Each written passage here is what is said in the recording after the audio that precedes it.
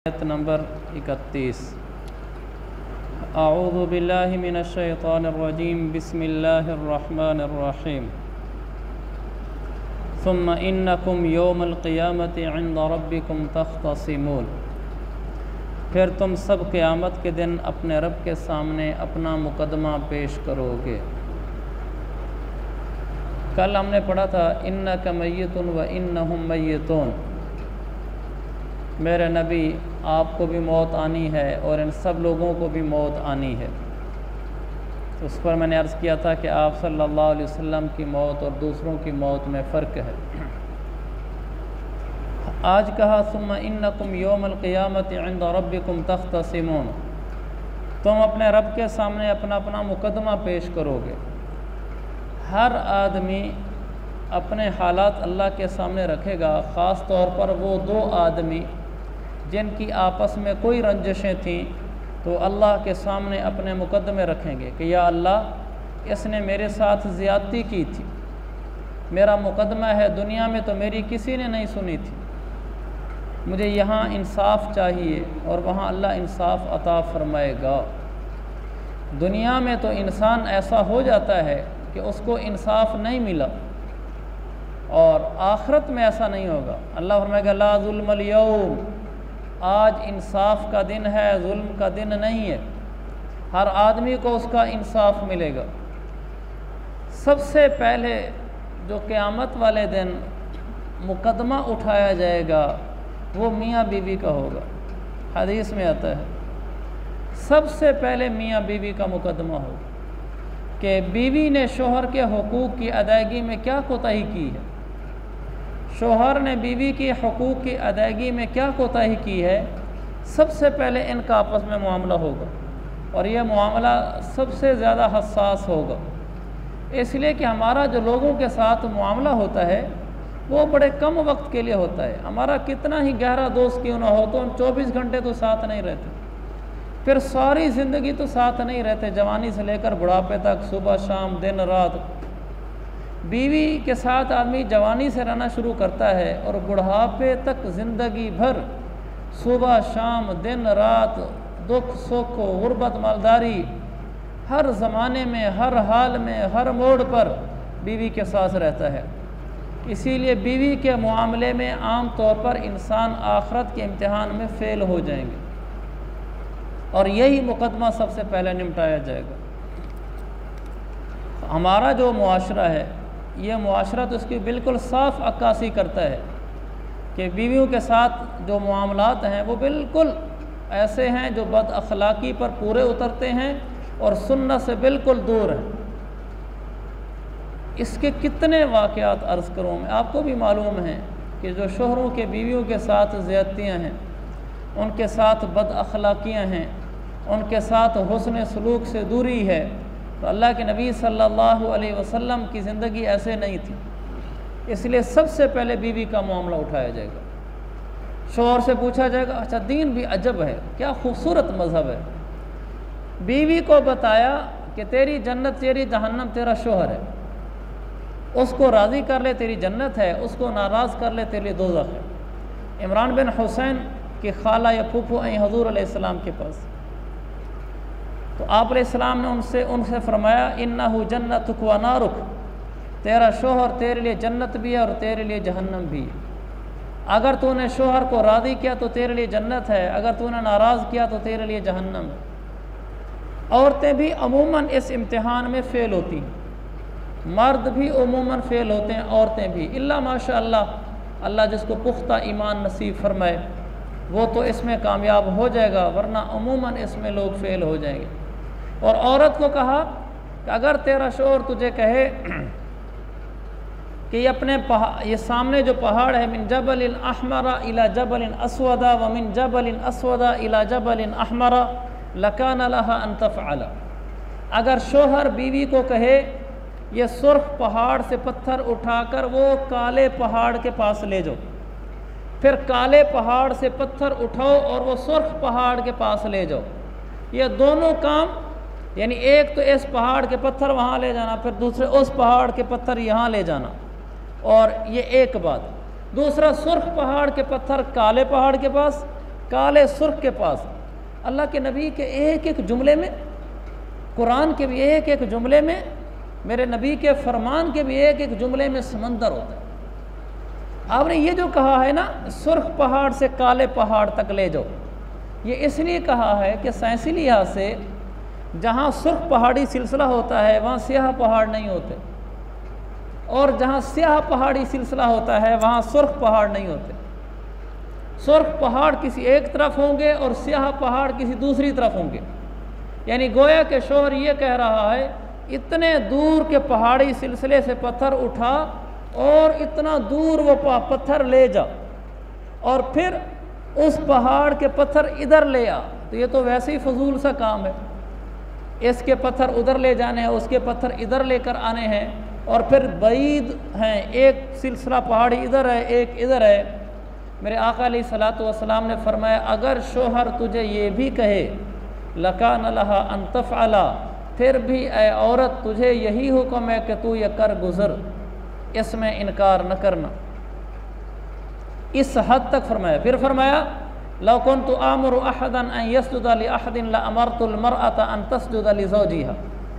अगर मैं किसी को कहता कि वो किसी को सजदा करे, अगर कहता, कहा नहीं है, अगर कहता, तो मैं बीवी को कहता कि शोहर को सजदा करे, ना कि औरत को कहता कि अपनी माँ या अपने बाप को सजदा करे, बल्कि अपने शोहर को सजदा करे। और ये सजदा सजदा ताज़ीम होता, सजदा इबादत तो जायज़ ही नहीं है, कहा भी नहीं जाता। औरत के लिए बहुत सारी हदीसें इस तरह। और उधर मर्दों को कहा कि खैरुकुम लि अहलिही, लोगों तुम में सबसे अच्छा वो निकलेगा जो अपनी बीवी के साथ अच्छा होगा। व अना खैरुकुम लि अहली, और मैं तुम में से सबसे ज़्यादा अपनी बीवी के साथ अच्छा हूँ। और इधर ये इरशाद फरमाया, और इसके कई वाक़यात फिर अल्लाह के नबी अलैहिस्सलाम की अपनी ज़िंदगी में भी हैं कि आप सल्लल्लाहु अलैहि वसल्लम सफ़र में जा रहे थे हज के मौके पर, रास्ते में हज़रत सफ़िया का ऊँट पीछे रह गया और वो बैठ कर रोने लग गई। अल्लाह के नबी को पता चला कि सफ़िया पीछे रह गई हैं, तो आप पीछे पलटे, आप आए तो वो बैठी थी, आपने अपने कपड़े के दामन से उनके आंसू पूछे हैं। हम सोचे ना, हमारी बीवी थोड़ी सी पीछे रहे जो हम आगे निकल जाएं, हम आएँ और वो रो रही है, हम आंसू पूछेंगे, हम दो और आंसू पाएंगे उसके। हम कहेंगे निकम्मी है, सुस्त है, फलां है। सुस्ती तो औरत की तबीयत में दाखिल है। औरत और सुस्त ना हो, ये खाल ही कोई होगी। औरत हो और नाशुक्री ना हो, खाल ही कोई होगी। औरत हो और अकल की समझ की कमज़ोर ना हो, कोई खाल ही होगी। ये कुछ मुश्तरका चीज़ें हैं जो सब औरतों में होती हैं। कहते ना, हमारा दोस्त, मेरे एक दोस्त ने मुझे कहा कि मैंने कहीं जाना हो ना, मसलन 9 बजे गाड़ी आनी है, तो मैं बीवी को कहता हूँ 8 बजे गाड़ी आएगी, तैयार रहना। कहा वो 9 बजे तैयार होती है। और ये तो ज़रूर है कि उसने लेट ही होना होता है। एक दफ़ा मैं और मेरा बेटा भी साथ था, तो ऐसे हम चाह रहे थे, तो मैंने उसे कहा, मैंने कोई ऐसी बात चलती है, मैंने कहा औरतें ना सुस्त होती हैं। इसी दौरान हमारे करीब से एक मियाँ बीवी का जोड़ा गुजरा, तो वो शोहर अपनी बीवी से कह रहा हो इतनी सुस्त है। मैंने कहा इधर सुन। उसी मौके पे यह हुआ कि इतनी सुस्त है। तो कुछ बातें औरतों में मुश्तरका होती हैं, ये बातें बर्दाश्त करनी है, इसके साथ ही तो चलना है। हर औरत सुस्त होगी तैयारी में, चलने में। हर औरत अकल में नाकिस होगी, उसकी समझ मर्दों की तरह तेज़ नहीं होगी। हर औरत नाशुक्री होगी। हर औरत ज़बान और सोच की कमज़ोर होगी। हर औरत राज रखने में कमज़ोर होगी। ये औरतों की मुश्तरका चीज़ें हैं जो सब में होती हैं। इसलिए कोई शख्स अपनी बीवी से नाराज़ ना हुआ करे। अल्लाह के नबी पे कुर्बान जो आपने फरमाया, ला यफ़रक मुमिनुन मुमिनतन इन करिहा मिनहा खुलुकन रदिया मिनहा आखरा, रवाहु मुस्लिम। आपने फरमाया कोई मुसलमान शोहर अपनी मुसलमान बीवी से दिल खटा न किया करे। अगर तुम्हें उसकी कोई चीज़ नापसंद है तो फरमाया कोई आदत पसंद भी तो होगी। यानी अगर उसकी कोई आदत नापसंद है, कोई दूसरी पसंद होगी। किसी औरत में सारी ही पसंदीदा बातें हों, ई ख्याल अस्तो महाल अस्तो जुनून, ये नामुमकिन है, ये हो ही नहीं सकता। खैर मैं अर्ज़ कर रहा था, अल्लाह के नबी फरमाते हैं क़यामत में सबसे पहले जो मुकदमा उठाया जाएगा वो मियाँ बीवी का उठाया जाएगा, और उसके बाद फिर इंसान के साथ जो लोग रहते थे, उसके मुलाजिम, उसकी औलाद और उसके पड़ोसी, फिर इनका मुकदमा उठाया जाएगा कि तुमने एक दूसरे के हकूक़ कैसे अदा किए थे। ये सब मुकदमे होंगे। सुम्मा इन्नकुम यौमल क़ियामति इंद रब्बिकुम तख्तसिमून, फिर तुम दिन क़यामत के अपने रब के सामने सारे मुकदमे पेश कर रहे होगे। हर आदमी अपना मुकदमा लेकर खड़ा होगा, शौहर बीवी के ख़िलाफ़, बीवी शौहर के ख़िलाफ़, माँ बाप औलाद के ख़िलाफ़, औलाद माँ बाप के ख़िलाफ़। कोई किसी का वहाँ नहीं होगा, कोई किसी का वहाँ नहीं होगा। फिर पड़ोसियों का, माताहतों का, माताहतों के मामले में भी बहुत सारे इंसान फेल निकलेंगे। एक आदमी अल्लाह के नबी के पास, आपने फरमाया ना भी माफ़ किया करो, तो कहने लगे या रसूल अल्लाह, मेरा जो नौकर है वो तो बड़ी मेरे साथ कोताही करता है, तो मैं कितनी उसकी बर्दाश्त करूं, कितना माफ़ करूं उसको। आप खामोश रहे। उसने फिर कहा या रसूल अल्लाह, मेरा जो माताहत मुलाजिम है वो बड़ी मेरे साथ सुस्ती कोताही करता है, कितना आखिर उसको माफ़ करूं। आप खामोश रहे।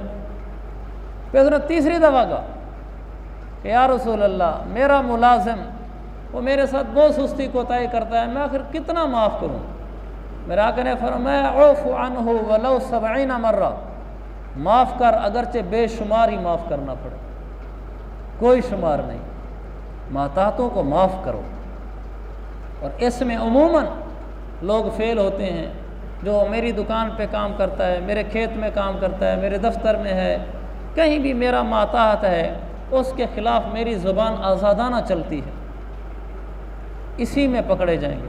हत्ता कि हदीस में आता है कि अभी ख्याल है, हदीस में आता है कि एक आदमी अगर अपने मुलाजिम और खादिम के साथ ज़्यादती करता है, सज़ा देता है, और उसका मुलाजिम और खादिम ने उसके साथ ज़्यादती की थी। एक आदमी का मुलाजिम है, उसने अपने मालिक के साथ कोई ज़्यादती की, कोई कोताही की, कोई कसूर किया, मालिक ने इस पर उसको मारा, थप्पड़ मारा, कुछ किया। आका अलैहिस्सलातु वस्सलाम ने फरमाया दोनों का वज़न किया जाएगा। वज़न कि उसकी कोताही का कितना वज़न है और उस पर जो आपने सज़ा मुरतब की है उसका क्या वज़न है। अगर आपकी सज़ा ज़्यादा निकल आई तो आप क़यामत वाले दिन मुजरिम ठहरेंगे। ये हिसाब फिर आपने रखना होगा कि उसने मेरे साथ जो ज़्यादती की है, मैं कहीं उसको तंबीह करने में हदूद से बढ़ तो नहीं गया। यहाँ तो बेचारों की छोटी छोटी गलतियों पर माँ बहनें एक हुई पड़ी होती हैं मुलाजिमीन की, कोई उनको पूछता तक नहीं। इसलिए मेरे अजीज़ भाइयों, हम सारी बातों का ख्याल रखना है। हमारा दीन सिर्फ मुसल्ला नहीं है, नमाज, दाढ़ी, टोपी, हज, उम्रा, इबादत, तहज्जुद, सिर्फ यही दीन नहीं है। हमारा लोगों के साथ रवैये कैसे हैं, हमारी मुआशरत कैसी है, लोगों के साथ बोलचाल कैसा है। इसी मौके पर अल्लामा अलूसी रहमतुल्लाह अलैह ने रूहुल मानी में यह हदीस नकल की और तफसीर मज़री में हदीस नकल की है इसी आयत के नीचे में। उन्होंने कहा क़यामत के दिन एक आदमी लाया जाएगा और उसके पास बहुत ज़्यादा नमाज, रोज़े, सदक़े होंगे, और फिर लेकिन एक कमज़ोरी उसमें थी, मुआशरत का ठीक नहीं था। फिर लोग आएंगे जिनके साथ इसने ज़्यादतियाँ की होंगी, इसकी ज़बान तेज़ चली थी, उनका माल खाया था, गाली दी थी, बुरा भला कहा था। फिर लोग आएंगे और हिसाब लिया जाएगा, वे आपने इसको सख्त सुस्त कहा था, इसके बदले में अपनी नेकी इसको दो। फिर दूसरा आदमी आएगा, वे आपने इसको गाली दी थी, अपनी नेकियां इसको दो। तीसरा आदमी आएगा, आपने इसके 10 रुपये खाए थे, 100 रुपया खाया था, इसको दो। ऐसे होते होते हत्ता कि सारी नेकियां जो पहाड़ों के बकदर लाया था ख़त्म हो जाएंगी, और अभी भी खड़े हैं लोग हक मांगने वाले। फिर उन लोगों के गुनाह उठाकर इसके सर पे डाले जाएंगे और इसको जहन्नम में डाल दिया जाएगा। ये अपने इलाके, बस्ती, महल्ले, शहर का नेक बुज़ुर्ग आदमी था, लोग बड़ी इसकी इज़्ज़त करते थे कि माशाअल्लाह ये बड़ी नमाज़ें पढ़ता है, रोज़े रखता है, सदके ज़कात देता है, हज उम्रे हैं, ये बड़ा नेक आदमी है। लेकिन उसकी घर की ज़िंदगी और उसके अपने माताहतों के साथ ज़िंदगी और अपने मुआशरत में लोगों के साथ रवैये वो सख्त सुस्त थे। इस पर जो पकड़ा जाएगा सारी नमाजें उड़ जाएंगी, सारे रोज़े तिलावत सब उड़ जाएगा, कुछ बाकी नहीं रहेगा और बिल आखिर जहन्नम रसीद हो जाएगा। तो मेरे अजीज़ भाई, हमारा जो मस्जिद का दर्स कुरान हमारा दीन है, यहाँ मैं अपने आप से और आपसे ये नहीं अर्ज़ कर रहा कि हम नमाज़ें पढ़ें, रोज़े रखें, तिलावतें करें, मुसल्ले बिछाएं, सिर्फ़ यही नहीं अर्ज़ कर रहा। ये काफ़ी नहीं है हमारी बख्शिश के लिए। हमारे रवैये कैसे हैं, दिन क़यामत के मुकदमे होंगे। सुम्मा इन्नकुम यौमल क़ियामति इंद रब्बिकुम तख्तसिमून, तुम सारे दिन क़यामत के एक दूसरे के आगे मुकदमे लेकर खड़े होगे, एक दूसरे के ख़िलाफ़ बोलोगे कि इसने मेरे साथ ये किया था और इसने मेरे साथ ये किया था। इसका हिसाब किताब तुम्हें देना होगा। हत्ता के कातिल आएगा, हदीस में आता है, और उसका एक हाथ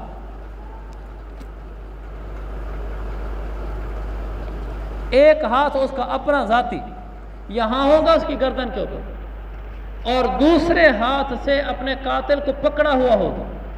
हदीस में आते तशखब औदाजुहु, उसकी गर्दन से जो रगे हैं उनमें से फुआरे की तरह खून फूट रहा होगा, मकतूल होगा। अपने यहाँ हाथ रखकर कातिल को पकड़कर अल्लाह की बारगाह में ले जाएगा, कहेगा या अल्लाह हादा कतलानी, इसने मुझे कत्ल किया था। तो इस पर अल्लाह ताला उस कातिल को उठाकर जहन्नम में डाल देगा। अल्लाह के नबी ने फरमाया, जो आदमी किसी के कत्ल पर मन आन अला कत्ल अहदिन बिशतरी कलिमतिन, किसी को किसी ने कत्ल करना था, इस आदमी ने नहीं करना था, इसने सिर्फ तामुन किया। तामुन भी कितना, बिशतरी कलिमतिन, एक पूरा लफ्ज़ भी नहीं बोल कर बताया कि फ़लाँ जगह है वहाँ जाकर कत्ल कर दे, या यूँ तरीके से कत्ल कर दे, कुछ नहीं बोला, आधा लफ्ज़ बोला। आधे लफ्ज़ से भी कोई किसी की मदद कर सकता है कि आपने उसकी पूरी मामलत कर दी, उसको कत्ल करो। अगर उसकी ज़ुबान से आधा लफ्ज़ निकला और उस आधे लफ्ज़ से अगले ने कोई इशारा पा लिया, इसने पूरा लफ्ज़ भी नहीं कहा और अगले ने उसको कत्ल कर दिया, ये कत्ल में बराबर का शरीक हो गया। ये भी जहन्नमी है। अल्लाह के नबी ने इस पर भी वईद सुनाई कि इसने ऐसा क्यों किया है। कत्ल करने वाला क़यामत वाले दिन आएगा और उसके माथे पे लिखा होगा अय्यसा मिन रहमतिल्लाह, जिसने कत्ल किया या जिसने मुआवनत किया, दोनों में से किसी एक के बारे में है, उसके माथे पे लिखा होगा अय्यसा मिन रहमतिल्लाह, यह खुदा की रहमत से आज दूर है, इस पर आज खुदा का गज़ब बरसेगा, अल्लाह की रहमत को नहीं देखेगा। ये मामलात हैं, इनके हिसाब किताब होंगे क़यामत वाले दिन कि हमने किसी के साथ क्या रवैया इख्तियार किया है। कत्ल कितना बड़ा गुनाह है और हमारे मुआशरे में जब गुस्से आते हैं हम तो फिर भी कुछ कम है। ये जो हमारा दूसरा बेल्ट है KPK का या बलूचिस्तान का, वहाँ तो आम कत्ल व गारत है। और अब तो हमारे यहाँ भी है, हर यहाँ कितनी हमारी कुरान खानियाँ ऐसी हो चुकी हैं कि जिनके कुरान खानियाँ थी वो मकतूल था और उसके कातिल यहीं तुलंबा के हैं, वो पंजाब के हैं, कौन से वहाँ KPK से उठकर आए हैं मारने के लिए। गुस्सा गुस्सा गुस्सा। मेरे अजीज़ भाइयों, कत्ल कहने को आसान है, कत्ल कहने को आसान है। दिन क़यामत का आएगा जब इंसान फिर इसको पता लगेगा, जब अल्लाह की बारगाह में मकतूल इसको गिरबान से पकड़ कर लाएगा और अल्लाह कहेगा जहन्नम में फेंक दो इसको, तो फिर इसको मालूम होगा कि मैंने बहुत ज़्यादती की। एक पुलिस वाला ने वाक़या सुनाया, उसने कहा कि हमारे पास एक आदमी जेल में आया, तो वो हमें हमारे सामने बाद दफ़ा ना रोता था, तो हम उसको कहते थे कत्ल के केस में आया था। हमने कहा रोता क्यों है? उसने कहा बस क्या बताऊँ। कहा एक दिन मेरी किसी आदमी से तू तकरार हो गई, उसने मुझे मेरी माँ की गाली दे दी, बस मुझे गुस्सा आ गया, तो मैं वहाँ से चला गया, गुस्सा अंदर पलता रहा, ख़त्म नहीं हुआ। मैंने पिस्तौल लिया, कहीं से पिस्तौल का इंतज़ाम किया, फिर उस बंदे की तलाश में रहा कि मौका पाकर इसको गोली मारूंगा कि इसने मुझे माँ की गाली क्यों दी है, होता कौन है, इसने हमें बेगैरत समझ रखा है, हमने चूड़ियाँ पहनी हुई हैं, जो हमारा मुआशरा है। मैंने कहा मैं इसको बदला चखाऊँगा। कहा एक दिन मौका पाकर मैंने उसको शूट कर दिया, मर गया वो, उसी की वजह से फिर मैं जेल आ गया। कहा रोता इस बात पर हूँ कि कैसा बेवकूफ़ हूँ। उसने एक दफ़ा मुझे माँ की गाली दी थी और मैंने बर्दाश्त नहीं की थी, जिसकी वजह से जेल में हूँ। या मैं रोज़ाना तुम पुलिस वालों से माँ बहन की गालियाँ भी सुनता हूँ और ठुड्डे भी खाता हूँ तुमसे, मैं चुप करके बर्दाश्त करता हूँ, इसलिए कि अब बेबस हूँ मैं तुम्हारा क्या कर सकता हूँ। यहाँ मैं बेबसी की वजह से 20 माँ बहन की गालियाँ बर्दाश्त करता हूँ। यही अगर एक दफ़ा वहाँ बर्दाश्त कर लेता तो आज यहाँ ना होता। अपनी बेवकूफ़ी पे रोता हूँ। मेरे अजीज़ भैया, गुस्से का उभार होता है बस एक, उस वक्त आदमी हिम्मत करके काबू कर ले, बस फिर वो ख़त्म हो जाता है। तो इसलिए ये नीयत करें कि हम इंशाअल्लाह गुस्सा आएगा तो पिएंगे, बर्दाश्त करेंगे। और मुझे तो मुद्दत होगी यहाँ ये मज़मून बयान करते हुए, अपने आप से भी मैं मुखातिब हूँ, आपसे भी, कि हम अपने गुस्सों को कंट्रोल करेंगे, वरना दिन क़यामत के इंद रब्बिकुम तख्तसिमून, जब अल्लाह की बारगाह में मुकदमे पेश होंगे तो हम बहुत सारे मुकदमे हार जाएंगे। और अगर यहाँ हमने अपने आप को कंट्रोल कर लिया, लोगों के हुकूक अदा कर दिए, फिर इंशाल्लाह पार हो जाएंगे। किसी का हक हमारे ऊपर ना हो कि दिन क़यामत के वो मुकदमा लिए खड़ा हो। किसी का अगर हमने 1 रुपया देना हुआ, 1 रुपया, 700 मकबूल नमाजें ली जाएंगी 1 रुपये पर, और हमें तो अपनी एक नमाज के मकबूल होने की भी गारंटी नहीं कि एक नमाज हमारी मकबूल हो। जब 700 देनी पड़ गई 1 रुपये पर, फिर क्या होगा? ये है तख्तसिमून, मुकदमे चलेंगे, लोग आएंगे मुकदमे करेंगे, इसने मेरे पैसे देने थे। बाद में दुकानदार से कोई सामान ले लेता है और उसको कर्जा देना होता है, भूल भुलैया हो जाती, पैसे दे दूंगा, उसको भी याद नहीं रहा दुकानदार को, बाकायदा खाता लिखने का निज़ाम नहीं उसके साथ, और ये भी पी गया, दिया ही नहीं, वो अगर उसने कौन से मांगे हैं, इसको याद है लेकिन दुकानदार भूला हुआ है। आज नहीं मांगता वो, क्योंकि उसको याद नहीं, दिन क़यामत के वो मांगेगा कि मैंने माफ़ थोड़ी किया था। इसी तरह कोई हमें पैसे वापसी खुले करके देने लगा, मैंने उसको 1000 दिया, 500 दिया, उसने खुले किए तो 1000 समझ कर खुले दे दिए। मेरे साथ भी हुआ, आपके साथ भी होगा। मतलब किसी को हमने 500 रुपये दिया, उसने वापसी 150 देना था, उसने 650 पकड़ा दिए, वो समझा कि इसने 1000 रुपया दिए। ऐसे हो जाता है।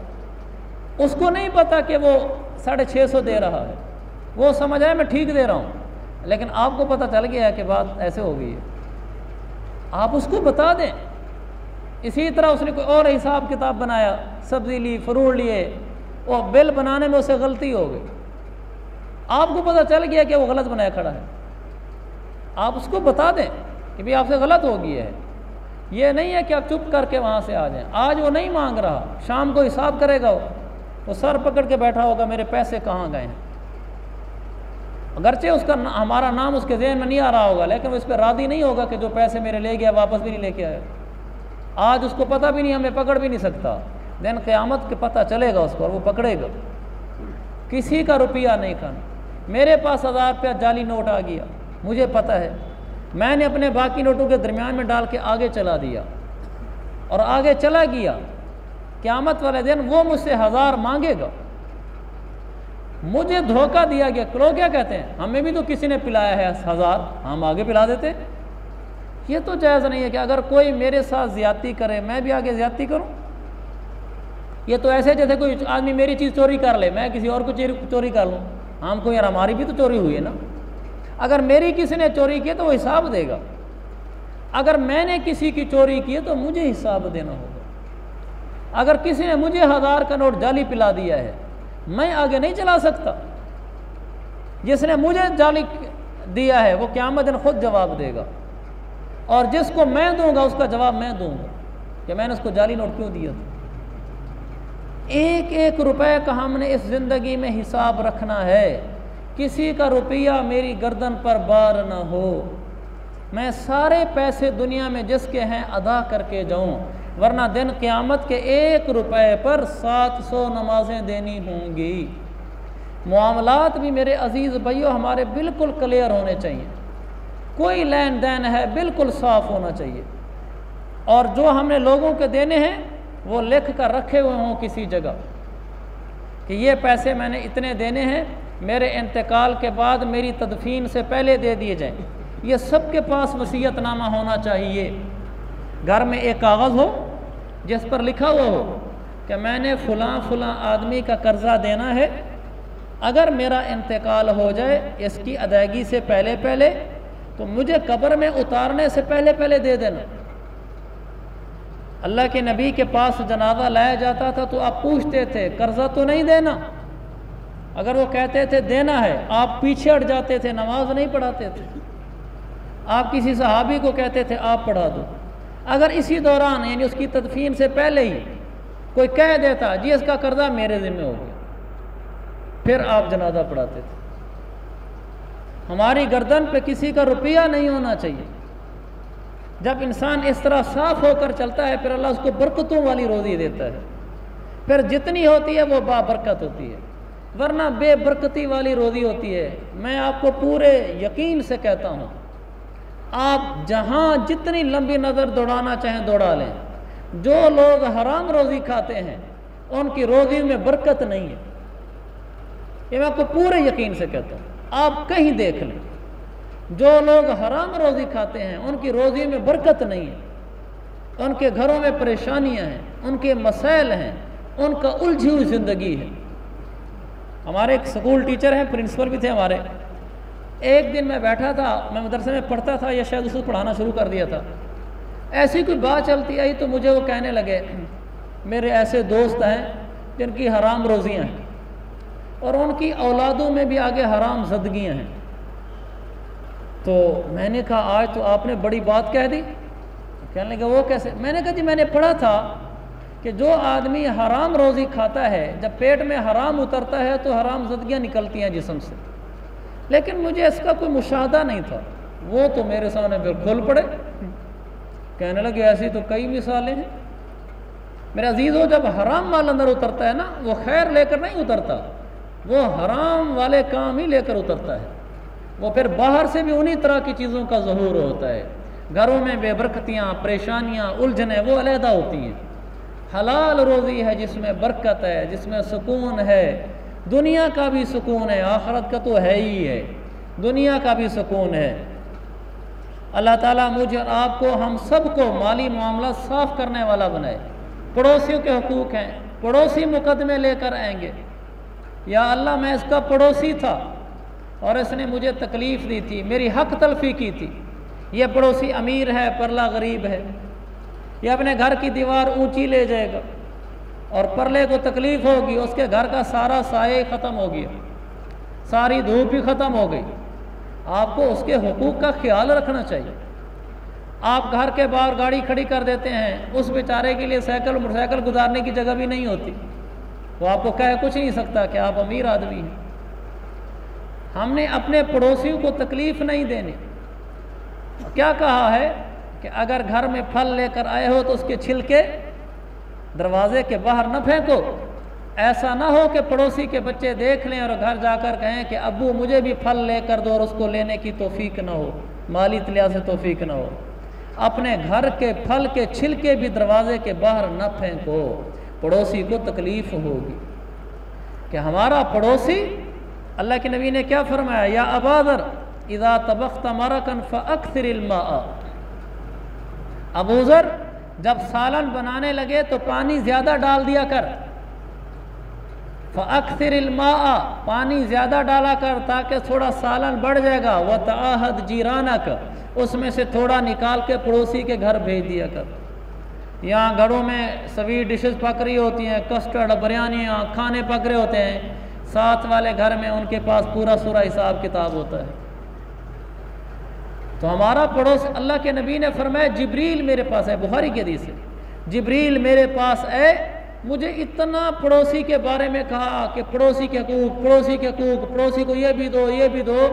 ला ज़ननतु अन्नहु सयुवर्रिसु, मुझे तो ये ख्याल होने लग गया कि अब जब जिब्रील आएंगे तो ये कहेंगे कि ऐ अल्लाह के रसूल, पड़ोसी का इतना हक है कि वो आपकी जायदाद में भी शरीक होगा।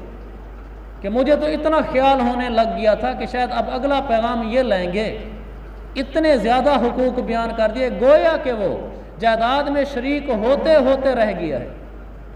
तो हम तो पड़ोसी का पूछते तक नहीं। और जो हमारे घर के सबसे करीबी दरवाज़ा है, किसी साहबी ने पूछा या रसूल अल्लाह, पड़ोसी में सबसे ज़्यादा किसका हक है, किस पड़ोसी का? आपने फरमाया अक़रब मिन कबाबन, तुम्हारे घर के करीब जितने दरवाजे हैं पड़ोसी को, जिसके दरवाजे और तुम्हारे दरवाजे के दरमियान फासला कम है, ये पड़ोसी सबसे ज़्यादा हकदार है तुम्हारे हुस्न सलूक का। पड़ोसी के साथ खुले दिल से रहा करें, भाई आपको मेरी सवारी ज़रूरत हो, मेरी ज़रूरत हो, कोई काम हो मुझे बताया करें।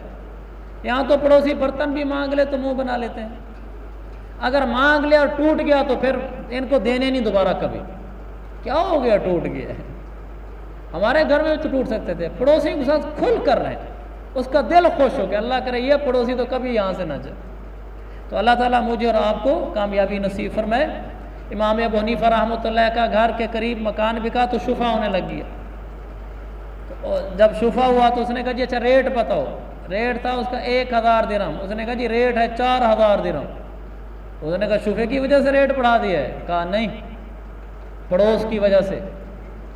किसके पड़ोस में तुझे घर मिल रहा है? जब अबू हनीफा का पड़ोसी बनेगा तुझे फिर पता चलेगा कि कैसे तुझे सुख मिलते हैं, कैसे वो पड़ोसियों का ख्याल रखता है। इसका रेट पड़ोस की वजह से महंगा है। तो हम भी ऐसे पड़ोसी बन जाए भाई। अल्लाह ताला मुझे और आपको शरीयत पर चलने वाला बनाए। आमीन। अल्हम्दुलिल्लाह।